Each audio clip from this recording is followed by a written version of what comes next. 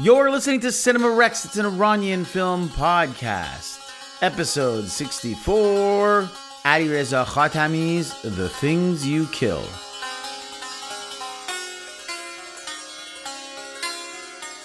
Farhan June, how are you? I'm okay. How are you? That's wonderful. Can you tell me the Turkish title of this name, please? I can try. Uldurdugun Seyler. Good, yeah, nice. Nailed it. Perfect, beautiful. Thank you. Happy Nowruz to you. Happy Nowruz to you. Are you going to do a Nowruz song? I don't know any Nowruz songs, do you? I don't know. What's your Falala Christmas song? I think you're thinking of a Halloween song. Yeah. That's the one. I don't know. We need a Nowruz song. If you have recommendations for Nowruz songs, please send us suggestions. Yeah, our next episode could be on top 10 Nowruz songs. Oh, yeah. The movie. Oh, yeah. Well, Durud Bar Shoma Dustana Aziz. This is the Cinerex podcast where we talk all things Iranian film, cinema, and television, and acting, and performances. And, I just realized I always say film and cinema as if those are two different things, and they're not. They're simply not. We also talk about patricide, and we talk about masculinity and themes around family dynamics, two-sided identities. Feral dogs. Talk about feral dogs. Hiding in closets and mistresses. Yes. Hiding in closets, you mean quite literally, not the figurative. Metaphorical euphemism for keeping your that one.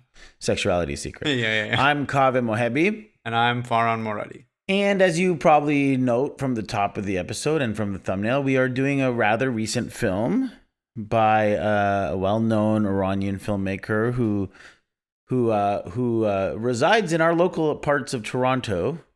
One Alireza Khatami. In many ways, I wouldn't say like a. I mean, I don't have a friendship with him, but he's certainly like a colleague that I've seen in very similar Iranian film circles. The various mehmunis that you've organized in the past. What about you? Farhan, do you have a close relationship with him, or how well do you know him? I have a professional relationship with him. We've had some conversations, a couple text conversations. Great. Yeah, Mehmouni, like you mentioned, and we've seen a couple of his movies now. Yeah. We went to a screening of Terrestrial Verses when it first came out. And also a special shout out to the TIFF organization for inviting Kaveh and I to watch the film when they did the Canada's top 10 retrospective this year. Yeah. Thank you. Shout out TIFF Bell Lightbox TIFF retrospective top 10. Are they still the Bell Lightbox, or do they not have the word Bell in their name anymore? Maybe with the current state of the film industry, they're the Well Lightbox. So then we make films. We play films. Well, Lightbox. But that being said, yes, I think it's safe to assume that we should just give our marks right now since we know this filmmaker, and I think it's an A++ from me and an A++ from you. So that's all we need to say. Yeah, thanks for watching, Mark guys. Right off the top. Thank you for listening. Please like and subscribe. But yeah, let's dive right into plot summary since we have no guests. If you will allow, with your permission. I'm assuming your silence means... you're asking me. I thought you were asking the audience. I was waiting for the response. Oh. The Things You Kill.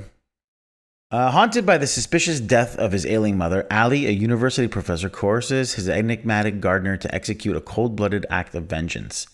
As long-buried family secrets resurface, the police tighten their noose, and doubts begin eroding his conscience. Ali has no choice but to look into the abyss of his own soul. It has a stunning 94% Rotten Tomato score, certified fresh, and a 94% audience score. So, I ask you, Farhan June, what did you think of The Things You Kill? I liked it. I didn't know what to expect really going into it. The trailer for the movie is more of a vibes trailer than it is like telling you plots. Unless there's multiple trailers, I don't know.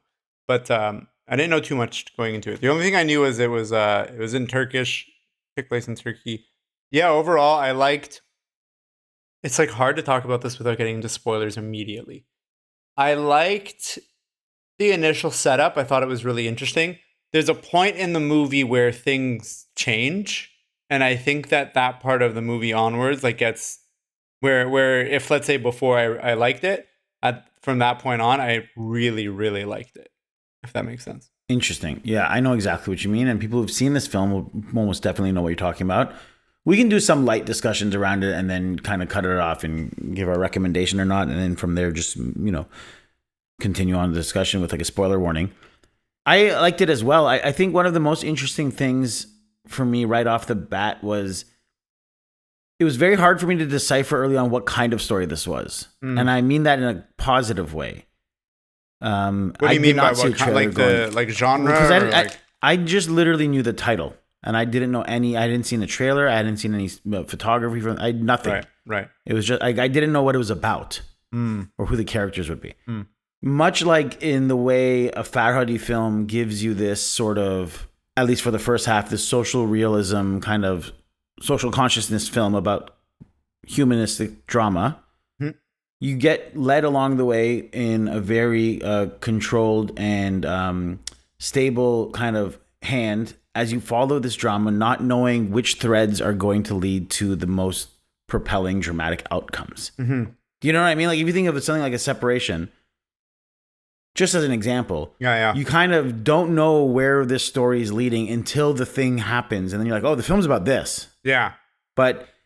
And again, like just reiterating the fact that I mean this as a positive way, it gives you a lot to carry early on and slowly unpacks itself. And I think under a less adept director that could fail, but it doesn't, because I think Alireza is a confident filmmaker who knows the story he's telling you, and you're in capable hands when you're being led in this direction. So there's clearly an element of, the general story, as we had mentioned, was this young man who's returned after living abroad for years. We should also mention off the top that it's a Turkish language film. The story takes place in Turkey. Yeah. There's some stuff I'll mention behind the scenes as to why he ended up making that decision. But Iranian filmmaker who he does mention that Alireza is from the southwest region of Iran. And so he's quite familiar with the Turkish language, and it kind of envelops a lot of language he'd grown up hearing and speaking. So it's not that far of a stone's throw for him to assimilate with that culture. Right. Did he mention if he could speak it or not? I don't know. And this is just from the interviews I'd listened to and sort of little articles I'd read online. Right. But yeah, again, like it very much starts off with like, what's interesting to me is it does start off as this like Turkish man who's returned back home to Turkey to spend time with his family. He now has a job as a university professor. But as you're sort of familiarizing yourself with this man and his family, you're starting to see this kind of great void, if not at least between him and his siblings, although that's of course there too. It's definitely like a father-son story. There's a big, and you know that at the heart of it, this is going to be something about that relationship until the midway point where that obviously takes a massive turn. Yeah. Also, there's the whole thing with like him talking about whether or not he wants kids. Yeah. All that ties in really well with the fertility thing, correct? Yeah. Which ties into what specifically? His relationship with his dad, I would say. Yeah. And there's another point in the story where the aunt talks about a story between the dad and the dad's dad too. There's a lot of these like really interesting like intergenerational themes. Yeah. And then of course one of the main dramatic linchpins is as we are being led to believe, the main character meets a traveler, I guess, who's sort of making his way through Turkey, essentially hard up on needing work. And he claims that he can help tend to this man's garden. And they sort of negotiate a price to which he will now be sort of like the field hand, I guess, for this man. Or the gardener or whatever. And I don't know if you can... it's like so this man and this gardener he's hired have sort of now like they spend time kind of communicating. And I don't know if you so much would say that a friendship is formed, but it's definitely like a burgeoning like a professional relationship that this guy is now like met a new friend or a new person in his life. Yeah. I think we can go into slight... spoiler territory, because from what I also know that I don't think Alireza is too overly concerned about people having this film spoiled to a certain extent. And also like if you just read the IMDb, like I was just going to mention the idea of like there is an act of cold-blooded vengeance that is taken upon himself, because what happens is you're learning that the mother passes away quite suddenly, and the main character's mother, who he has a tender relationship with, has either fallen and hit her head. Mm-hmm. Either way, it's like a brain. It's a bleeding. Her brain had hemorrhaged or something. There's a hemorrhage, bleed hemorrhage. Brain bleed hemorrhage. Brain bleed hemorrhage. That's the medical term. And at what first is a period of mourning for the family, there's slowly suspicion that something else might have gone awry as to why his mother might have fallen, and whether or not abuse is playing to a certain extent of it. And it seems like there's an element of a cover up within members of the family. Yeah, where like people, because one thing that's important to note is that we know that at some point in his life, the main character had left to go study in the United States. And while he was away, a bunch of stuff went down in the family that he's now starting to discover. That's right. I think we could just slowly speak a little freely about this film, because I think for the most part, people will probably have seen this film if they're listening to this podcast. I mean, and it really is challenging to talk about much more without. So we will give a light spoiler warning and say that, like, I would say it's a recommendation from me. Yeah, a recommendation from me as well. And then come back to the podcast. And with that, we'll just kind of dive right into the central focus, which is right at about the halfway point of the film. The son, almost quite abruptly, grabs his father, kidnaps him, throws him in the back of a car, and buries him and kills him. Essentially kills him and buries him alive, or buries him alive or kills him. We don't see the death part, really. It's like kind of we don't see the death, and we also do not see the capture of it. Yeah. We don't see the dramatic moment of him actually capturing his father or confronting his father about the things. And why does he do that, Farhan? Because he believes that the father killed the mom. Yeah.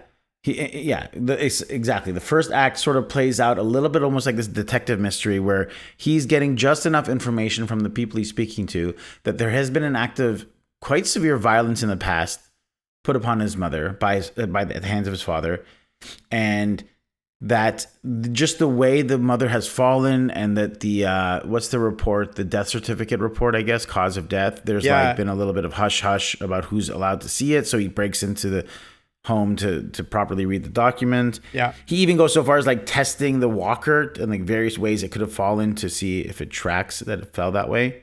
Yeah. With the help of his gardener, they both drive out, and the gardener assists Ali in burying his father. And from that point on in the film, the story continues, but the actor who has thus far been playing the gardener is now assuming the role of Ali, having tied Ali up like with a dog chain out in the backyard of the garden, and has assumed this man's life. But very interestingly enough, this is quite literally seen as a metaphorical veil, because no one else in the family is noticing that this is another man. Everyone else, including the sisters, the aunt, his girlfriend, or his wife rather, they all are, essentially the role is being played by two actors. Correct? Yeah. And the thing that the reveal is really interesting. I like that it's not this like in your face, like, oh, he turns around and it's the one guy or whatever.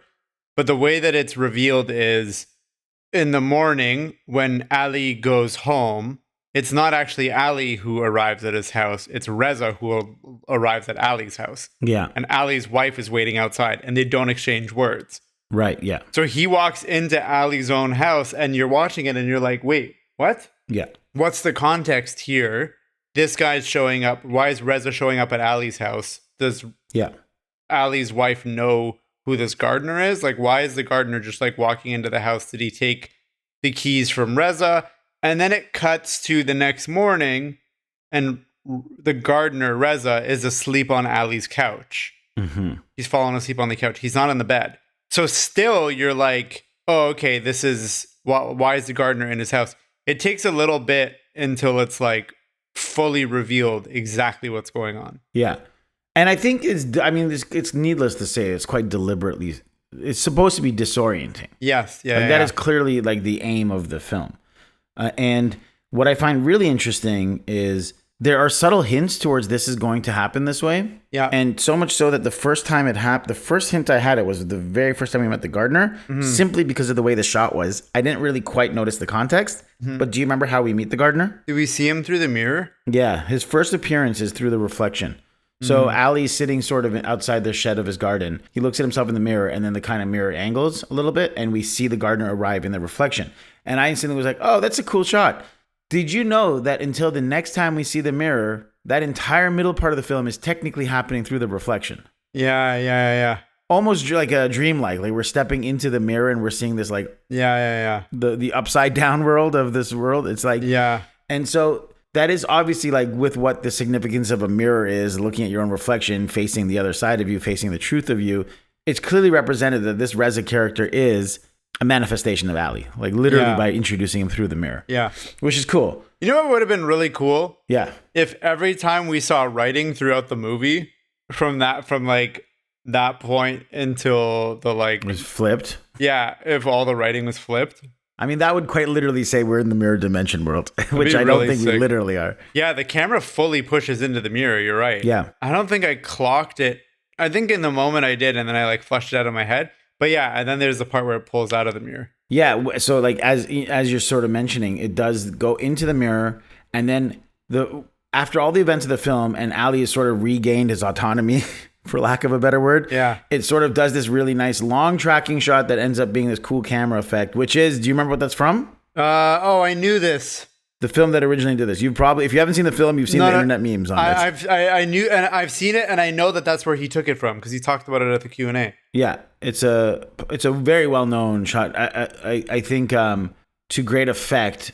It's done to better effect in this film, actually, I'd say, because it's more thematically relevant to the plot of the film. Yeah, but you know this? So definitely. Should I just tell you what it is? Yeah, tell me. It's Robert Zemeckis' Contact. That's right.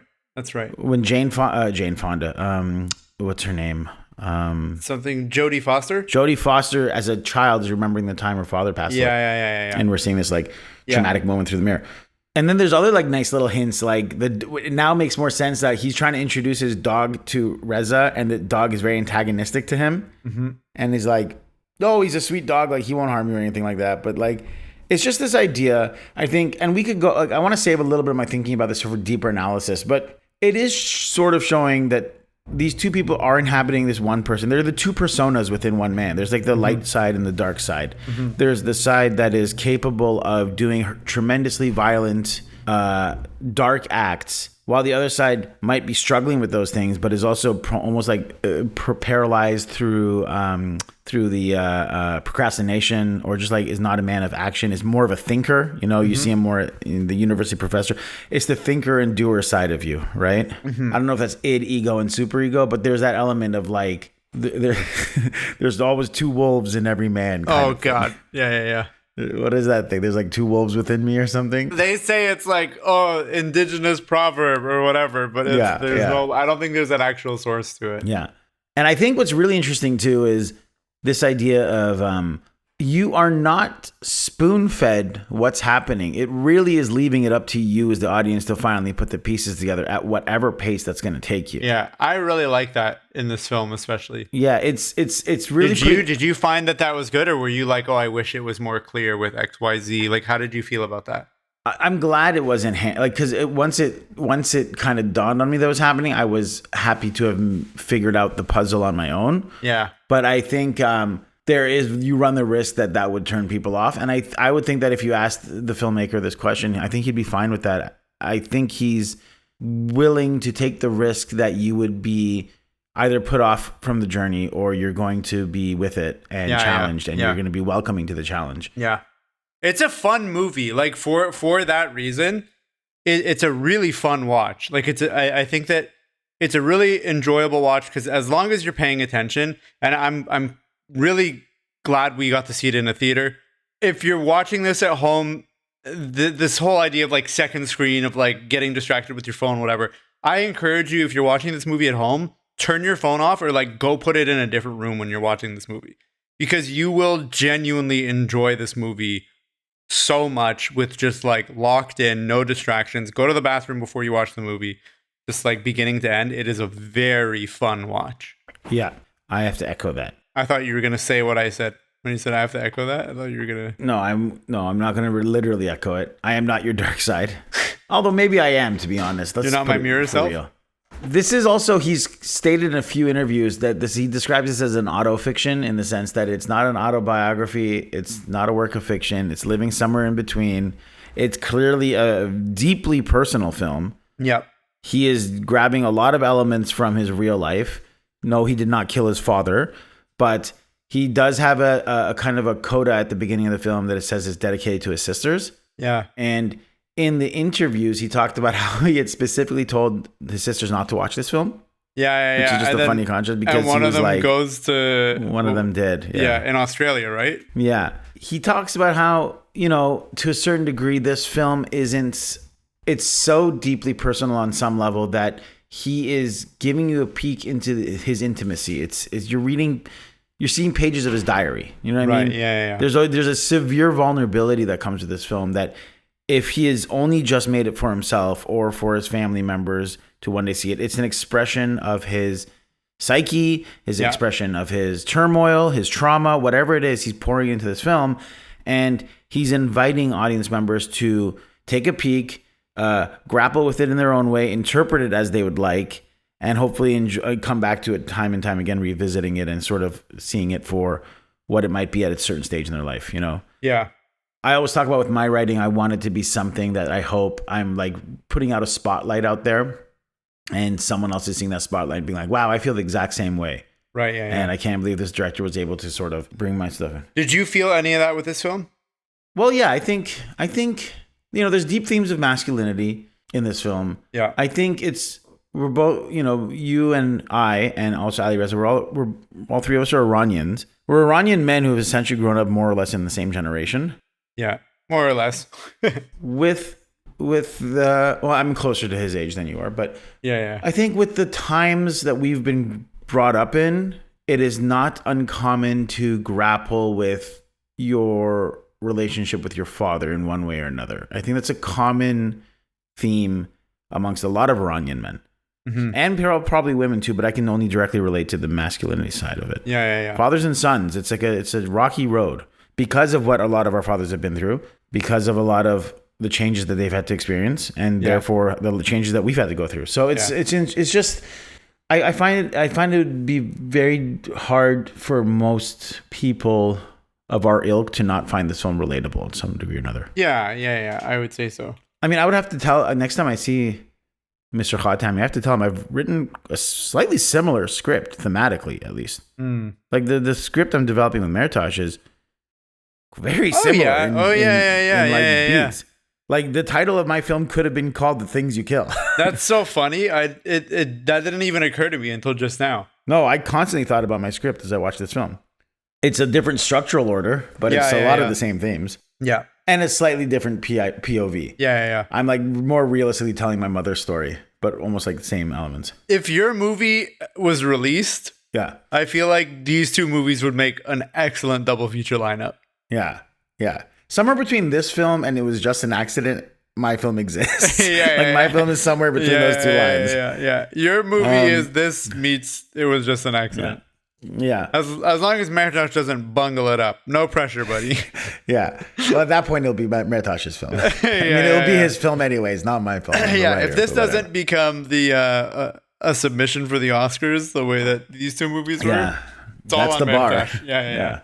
This idea of it being an autofiction, it dawned on me quite late in the film. Did you catch the subtle references to the characters? Oh, Ali and Reza? The two main characters? Yeah. Yeah.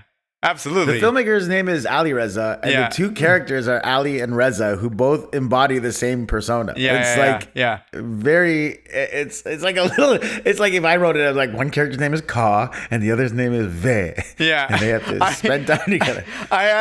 So when the first character was introduced as Ali, I was like, oh, he named this character after himself, didn't he? Yeah. And then the second character shows up, and his name. I was like, yo, watch this guy's name be Reza, and it was Reza, and I was like, oh, hell yeah. But then it didn't occur to me until way later that oh wait, it's because there are two sides of him and blah blah blah and all this stuff that I was like, I'm so stupid. If you know the filmmaker's name, there's a pretty big hint going into the movie what's going on. Yeah, but I mean they're common. They're both common. All three names are common enough. that could also get lost. I've written Ali and Reza as characters for almost everything I write. That's true. I have Reza. Because it's just such a default name to go to. Yeah. Reza's the main character in my next film. Yeah, exactly. Did you catch the name of the university that he teaches at? No. It was Frierson. Was it really? No, of course not. Oh, I don't know. Is this your fake fact? Yeah. You haven't done one of those in a long time. No, I just thought because also Mr. Khatami teaches at Ryerson. He's a professor there. So I just thought, for those of you. Well, let's go. Okay, we'll Ryerson is hilarious. Is there a thing? Do you remember what you were going to say? Yes, yeah. I appreciate that this is like, what did he call it? An autofiction? What do you call it? Autofiction, yeah. Yeah, because a lot of writers, when they're told, like, there's this old adage of write what you know. Yeah. So there's a lot of people out there who will write stories that are almost like completely autobiographical. Mm-hmm. It's like, well, you don't need your movies to be about exactly this. You know what I mean? Yeah. Like, exactly. It doesn't need to be exactly who you are. I tell people that all the time. Yeah. Yeah. So I appreciate that he was able to explore some themes and some questions and thoughts that he had in a way that wasn't directly like, oh, this is about a university professor of film who lives in Toronto who does this, you know what I mean? Yeah. Not even in his own language. Yeah. Let's move on to behind the scenes and trivia. Yeah. Behind the scenes and trivialities. Just a quick bio since we've never done a Khatami film before. Alireza Khatami is an award-winning Iranian-Canadian writer, director, and producer. He's born... help me... what is the Khamse? I have no idea. Are you clearing your throat? Born into the... No, can't... Here. How do you pronounce this? You're like... Here, pronounce this. I need to read it in Farsi. That's written in English. It's probably Khamse. Born into the indigenous Khamse tribe in southeast Iran, he was profoundly shaped by the oral storytelling traditions of his heritage. He began his career as an assistant director, working with esteemed filmmakers, including the two-time Oscar winner Asghar Farhadi. Khatami's debut feature, Oblivion Versus, premiered at the 74th Venice Film Festival, where it won 3 awards, including the Orizzonti Award for Best Screenplay and the Fibreschi Prize. That Fibreschi Prize keeps showing up. His second feature, Terrestrial Versus, premiered in A Certain Regard section at Cannes. His third feature, The Things You Kill, premiered in the World Cinema Competition at Sundance, where it won the Best Director Award and has been selected by Canada as its official entry for Best International Feature Film at the 98th Academy Awards. Quite an illustrious career. Is there any like similarities between Oblivion Versus and Terrestrial Versus? No, I haven't seen Oblivion, but it seems quite different. I'd read the little like synopsis on IMDb. I actually thought at first it would be like the short version of Terrestrial, but it's a feature film in its own right, and it's not the same at all.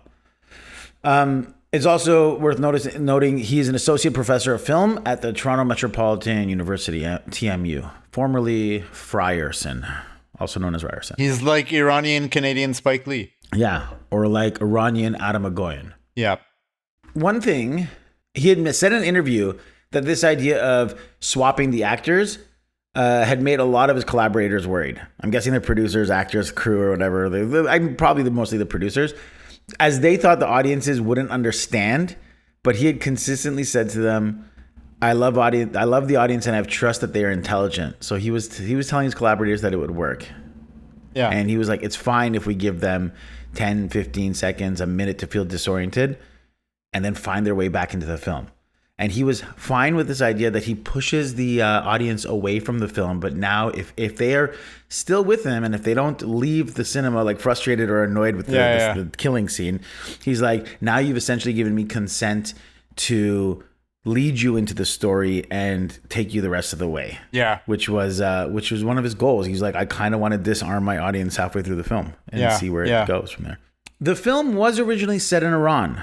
And it's a really interesting story there because he had to change it because of the film's themes of patricide. The IRGC saw patricide as disrespectful because it's a very patriarchal country, and they had asked him to change it. He had refused to censor himself for the Iranian government, so he changed it to a Turkish family, Turkish location. And in doing so, it wasn't so much It wasn't like you just put a coat of paint on it and now here's the Turkish version. It was actually almost like a complete restructuring, reimagining, adaptation of the original story. Oh, that's to interesting. make it live in this Turkish story. Yeah. Because I feel like it could totally work in Iran the way it is. Well, if he was going to shoot in Iran, he would have had to either censor it for the government or shoot it underground.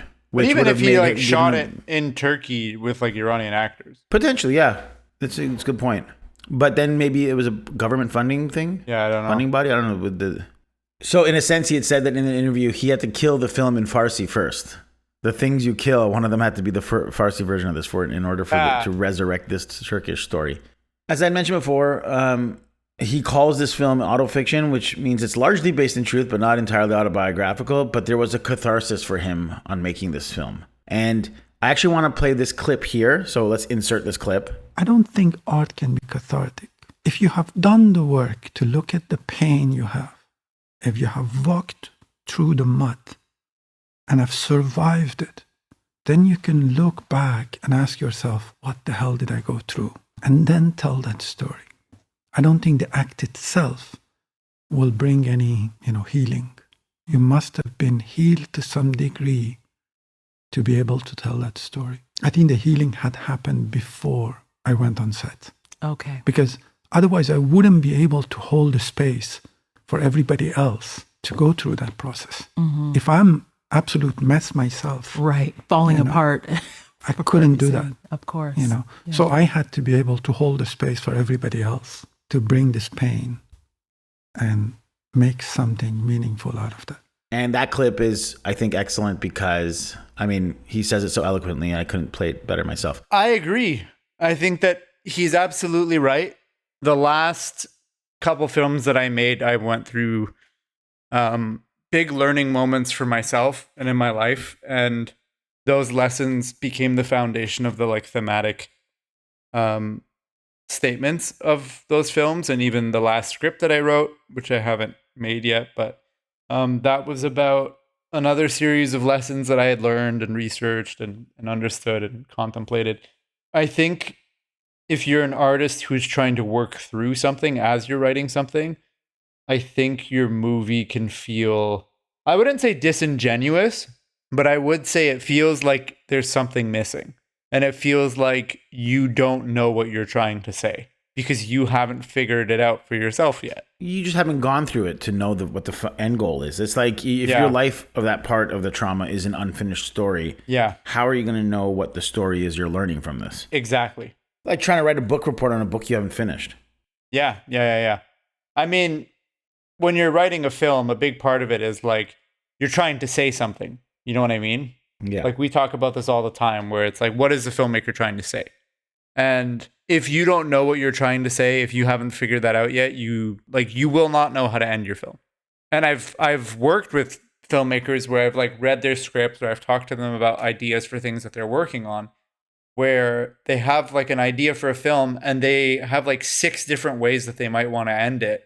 And I'll be well, what inspired this story? And oftentimes it's about something that they're going through at that moment. You know what I mean? Right. Yeah. I do have a question for you. Have a question corner. Do-do-do-do. So the final scene ends with this horror, potentially dreamscape moment, right? Mm-hmm. Where the father returns to the door. Mm-hmm. And he's echoing the lines that Ali's wife tells him. The film starts with essentially Ali's wife saying, I had a dream last night about your dad. When the dad's still alive. And she describes, I heard a knocking at the door. I went to the door and your father was there and his face it just looked a little blurry, distorted. I couldn't tell what was going on. And he said, I'm very tired. And he came into the house. And that's what happens at the end of the film. So it's what do you always say? Call and reply. Yeah. It's like poetry. It Call rhymes. and response. Yeah. I mean, Call and response. But my question is, why was it the wife's dream? I feel like that should have been almost like a level of the son's Ali's dream. Where he's almost it's a premonition to. I mean, first of all, I think that whole final scene isn't really happening. I think it's like the darkness within him is always going to linger. It's a manifestation of those. I think it's a dream, and I think that the wife saying that at the beginning. Here's my guess. My guess is I think the idea of starting the film with talking about this dream is telling the audience that hey, when this happens, it's not real, it's a dream. Okay? Okay. Okay. That's a big part of it. And then I think the other part of it might be that I don't think. Hold on. I'm going to push on that. I don't think the director cares whether or not you know for sure or not it's a dream. Oh, I don't think you he's need more to know, interested but in I you think living it's with the I think question. it's a clue. I think it's a clue for the audience Right, okay. that scene Yeah. is a dream. Yeah. And I think But you would have assumed that anyways without that, wouldn't you? Like, guy goes to bed. He's like lying down. I don't know, maybe the dad's alive and he wandered back home. I don't know. Yeah. But anyway, Yeah. Go on. so that's one. And then the other thing is, had he said he had that dream himself, I think it risks us as an audience watching that scene and thinking like, oh, is this a flashback to the dream he had at the beginning of the movie? I don't know. But at least if it's somebody else who had the dream, then you know for certain that like, oh, this isn't that same dream. Right. Sure. Yeah. I got you. It's not that. Okay. I'm just trying to track some of the logic, but curious to know. Good. Yeah. Critical reactions. As I mentioned, official submission of Canada for the Best International Feature Film category of the 98th Academy Awards in 2026, the year of our Lord. This, of course, had gone. I'm not going to list all of them, but it did very, very well with lots of nominations and wins in various film festivals. Most notably, nominee for Best International Competition at Cairo International Film Festival. Cairo also won the Best Screenplay and was the winner of the Fipresci Prize. Lots of nominees in Hong Kong, Montreal, Istanbul, Jerusalem, Stockholm. At Sundance, it was a nominee for the Grand Jury Prize, but it also won the Directing Award. Winner in Vancouver. It's done very, very well. And two notable kind of comments is Barry Hertz from the Globe and Mail said, in its bold aesthetic, courage, and rigid thematic spine, Khatami's movie is a full-body experience that leaves you fully alive. I also like Namrata Joshi's from the New Indian Express saying, the Things You Kill is an unhurried but riveting ride of a film, rich in subtext and profundities, and the many riddles, meanings, and metaphors that Khatami leaves for the audience to plume over. Soham Gadra from the Chicago Reader said, Khatami's direction is unpredictable. He cuts at precise moments to keep the narrative's core mystery intact, only revealing bits of shocking information later. That's it. That's all I got for critical reactions. Solid. Deeper analysis. Farhan, take it away with your deep thoughts. Philosophize. I mean, there's the big one is the thing with like the film pushes in on the mirror at the end of the first act, and then it pulls out of the mirror at the end of the second act. So like the entire second act of the film takes place within this mirror.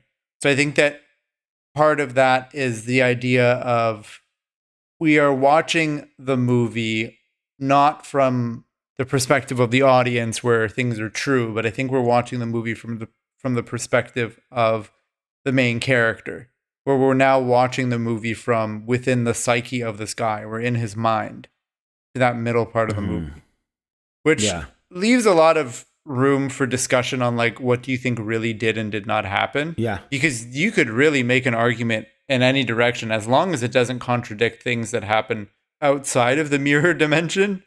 I think there's a lot of room for, okay, do you think this happened? Do you not think this happened? In fact, I want to play a little game with you, Kaveh.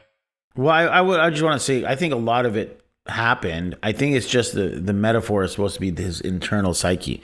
It's not about like the external events, because the version that he's played with by Reza, the Reza actor, is a gruffer, angrier, more assertive, angry like dude, right?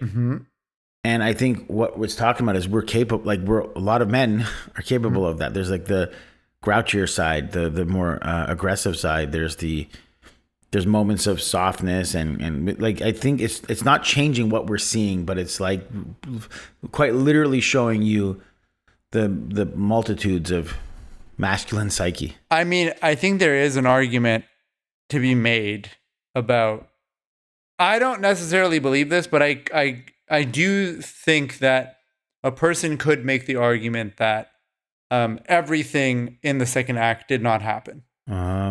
So investigating the father killing the wife, the mistress, killing the dad, the him potentially sleeping with his student, like all of that, you could make an argument that none of it happened.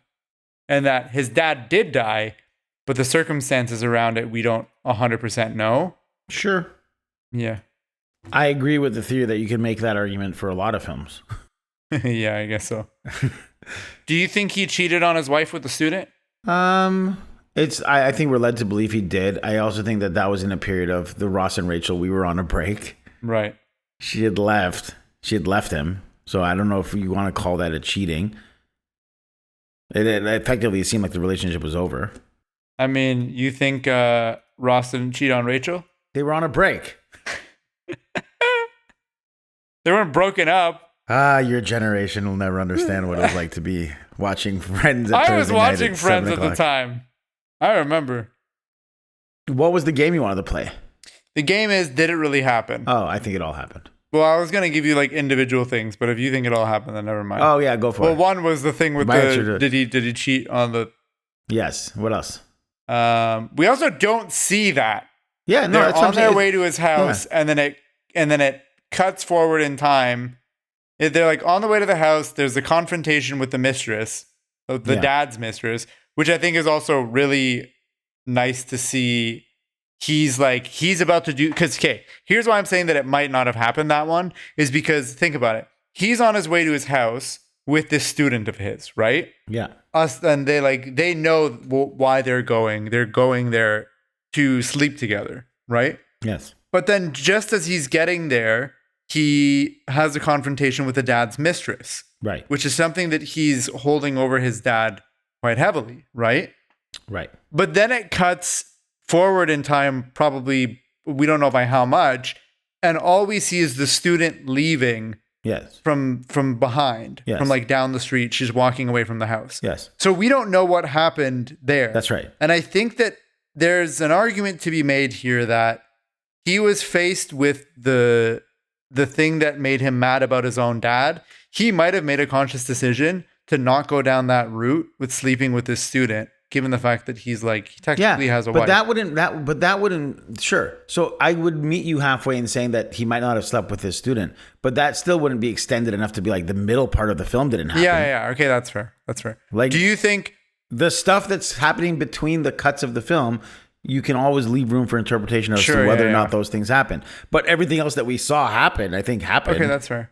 Okay, so then do you think that they slept together given the context of like he's mad at his dad for having a mistress, and then there's a jump cut there, or a jump in time? What do you think? I think he slept with her. Yeah? She was beautiful. What more do you need? He was so infertile. I thought actually there might be a potential chance he got her pregnant too. I was like, oh my God, is this going to go that direction? If this was a Farhadi film, it absolutely would have gone that direction. Yeah. It's like every chance. Farhadi movies are like the movie version of Murphy's Law. Yeah. You know what I mean? Yeah. At every single point in a film where something can get more complicated, it will. This movie's more focused than that. I want to share my deeper analysis. Tell me. I'm going to put my screenwriting brain to power here. Tell me. Get us back on track. So let's see if your MFA was worth all the movie you spent. What was? Let's see if your MFA was worth all the money you spent. Oh, okay. I think I said movie you spent, which was not the word I was that's looking why I was so confused. I had a brain fart. This film is about the stories you tell yourself. The simple version of the story of the life you've lived and versus all of its contradictions. Mm-hmm. And the things you kill, right? Mm-hmm. There's the literal things he kills, like his father. But then there's the killing of the bad side of himself for him to be resurrected as to the Ali that is going to be hopefully a better person. He literally kills, metaphorically, literally kills this other side of him. Yeah. But in that process, it's this idea of like, so there's death and resurrection and the things you have to kill to go through the trauma of the shit you're going through. Like you have to go through that. Kind of like what he's talking about when he talks about the context of making this film is like, you have to get through it. You have to kill it to be able to evolve and grow on. And really early on, I actually really love in films. It's a little bit of a shorthand, I think, in screenwriting, but in films, when they have the professor teaching the class something in a scene, I often go like, this is thematically relevant. Why are we literally the audience in a classroom sitting right now? And so I was writing down the idea that Do you remember he's teaching about translations? Yeah. And he talks about the root word of translations and how it comes from like the idea of replicas and to go back to something, to return to something. So you make a replica of something and you travel with it, which is what the translation means. And then, transform you change it. Yeah. To which the student argues that there's a much more aggressive term for it. The root word came from killing or stoning, to stone someone, to kill them. And with her version of it, it's like a very like quote unquote masculine version. Like you have to kill that thing, like translating it is like a killing of it. You have to kill the former version of it to translate it into something new. And he sort of pushes back on that. He's like, you weren't paying attention to my class. Like if you do that again, you're going to be in trouble. But then later on, he brings that back up.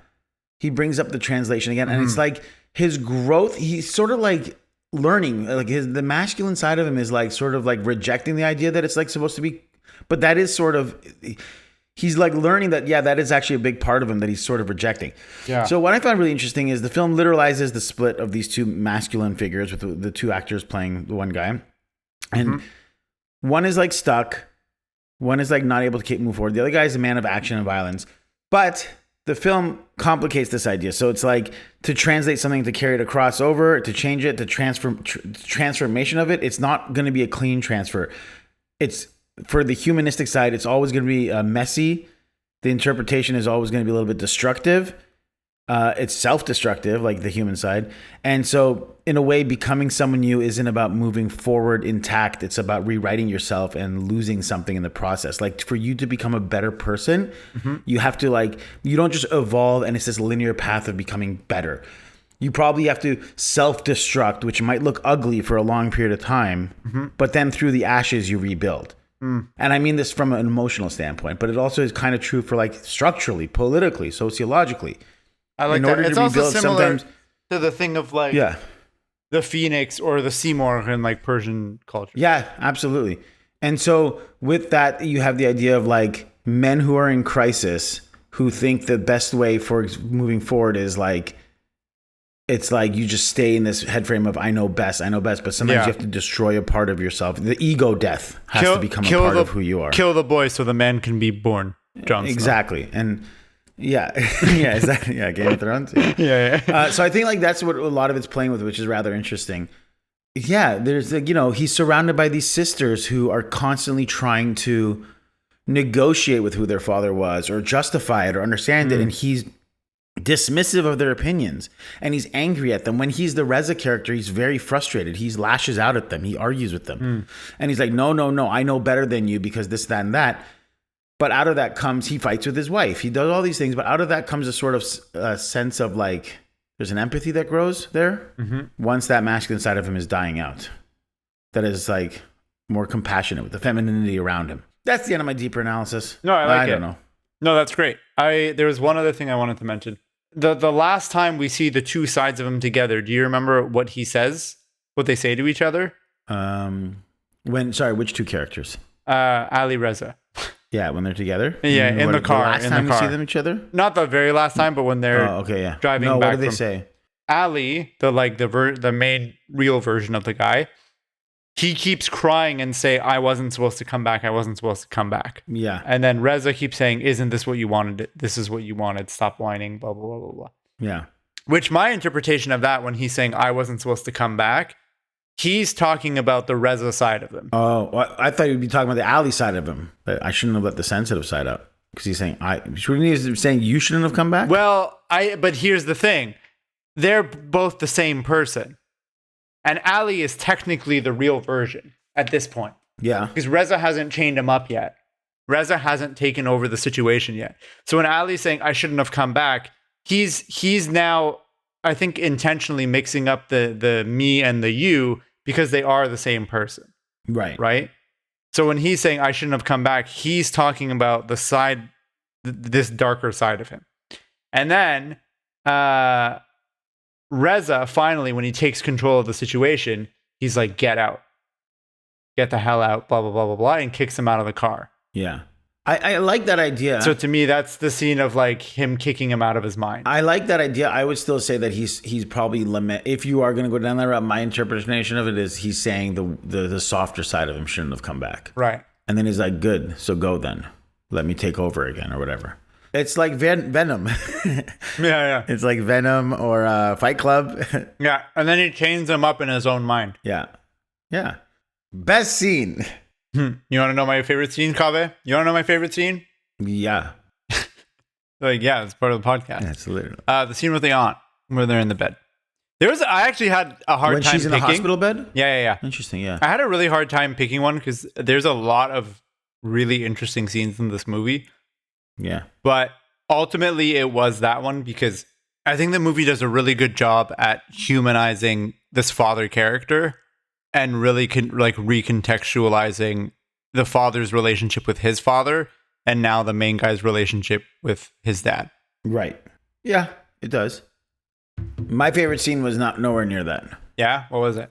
I like the entire section when he's alone with his mother, the one kind of long scene you get with his mom. Oh, yeah. I love the way it's written. I love the blocking. I love everything from when he's helping bathe her to like helping her with her medicine. And then even when the father comes over, like all of that scene, like continuing that to the change in dynamic, the air in the scene feels different. The tonal shift, all of that was really wonderful. The smell was different. The smell was different. Yeah, your couch feels different when you're watching that scene. Yeah. It also really reminded me when he's bathing his mom. It really stood out, that scene from a separation. Yeah, I was thinking the same thing. When he's bathing his father. Yeah. Powerful scene. Yeah. Damn, That's Poetry, where we pick our favorite quotes from the film. And then we insert those clips for you to watch or listen. Do you want to go first? Yeah. One of my favorite parts is when... Annen hiç masal anlatır mıydı? Yok, masal sevmezdi pek. Ama bilmece çok sorardı. Ali's wife is Hazar talks to Ali and says, did your mom used to tell you stories? And she goes, no, she liked riddles. And I like that because it almost feels like the way in which his mother would communicate with him was through like puzzles. And so you like have to work your way to understand the emotion behind it. Yeah. And it's kind of what you have to do with this film. Yeah. Like this film is a riddle or a puzzle. And yeah, definitely. You're kind of left with like this mystery that you have to you just kind of have to like come to a reckoning with on your own terms, like with the questions that you have. Yeah. Like these characters have to do. You're just faced with these horrific questions about your identity or whatever, and you have to make peace with it somehow. Yeah. Those are what the riddles and puzzles do. Stories might heal you, but riddles make you think. Yeah. So that's what I liked. Cool. My Damn That's Poetry. We talked about it. It's the scene where the one student is not paying attention. Yeah. And he's like, put your phone away. She's like, I was paying attention. He's like, all right, if you were paying attention, then what are we talking about? And she's like, we're talking about translation, the root word of translation, et cetera, et cetera. And then she says, Tercüme kelimesinin kökeninden bahsediyordunuz. Latin ve Akat kökünü incelediniz, Arapça köküne gelmediniz. Neymiş Arapça kökü? Arapça kökünün rajam olması lazım. Rajam ne demek? Taşlamak. Lanetlemek, atmak, öldürmek. Değil mi? Peki bunun konumuzla ne ilgisi var? You examine the Latin root of the word translation, but not the Arabic root. Yeah. And the teacher said, what do you believe is the Arabic root? And she says, well, the Arabic root must be rajam. And the teacher says, what does rajam mean? And she says, stoning. And he responds, cursing, condemning, killing, right? What does that have to do with our topic? And for me, I think that conversation kind of tees up the whole movie and about, right, like you were talking about killing and transformation on all of that. So not to like reiterate what we've already talked about, but the reason that I really like that quote is that it sets up all these themes that we mentioned earlier. Yeah. Yeah. During the Q&A at the TIFF retrospective, Alireza talks about how that student was wrong and her assessment was wrong. That's not where the word for translation comes from. That's not the root of the word. Mm-hmm. But later, because of the lessons that the teacher goes through and the journey that he goes on, he finds a truth in this lie, which I thought was really interesting. Yeah. Lovely. Best performance. I have two. So why don't you go first in case you're overlapping with mine? Oh, you're two, Alireza? That would be one, Farn. You're not paying attention. I kept going back and forth between the actors who play Ali and the actors who play Reza. I have like a solid runner-up, but I honestly think I might give it to the one who plays Reza.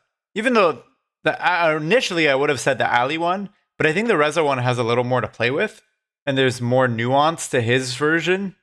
But yeah, So what do you think? I gave it to Reza, the Erkan Kolchak Kostandil. I really liked his performance. But I also think I really also want to give it to Hazar Erguçlu. Erguçlu, yeah. She I think is like a massive Turkish star. So someone who watches Turkish TV and movies is going to be watching this and being like, oh, my mom would probably know her then. why are you getting her name wrong? It's Brad Pitt or whatever. Yeah. But she's, I mean, like she kind of does, she has a secondary role in comparison to some of the lead roles, but I think she does a lot with, she's a heavy hitter in all the scenes. I guess I didn't know she was a huge star, but like it totally makes sense. Yeah. I bet you she was super professional. The guy who plays Ali as well. Massive. Oh, and the guy who plays Reza. Yeah. Yeah. Like the three of them are all like gigantic Turkish stars. Yeah. I think, what's his name? Alireza had mentioned that these actors have actually worked together on other stuff before, so that helped with a lot of the scenes. They have experience. Or specifically Reza has anyways. Great.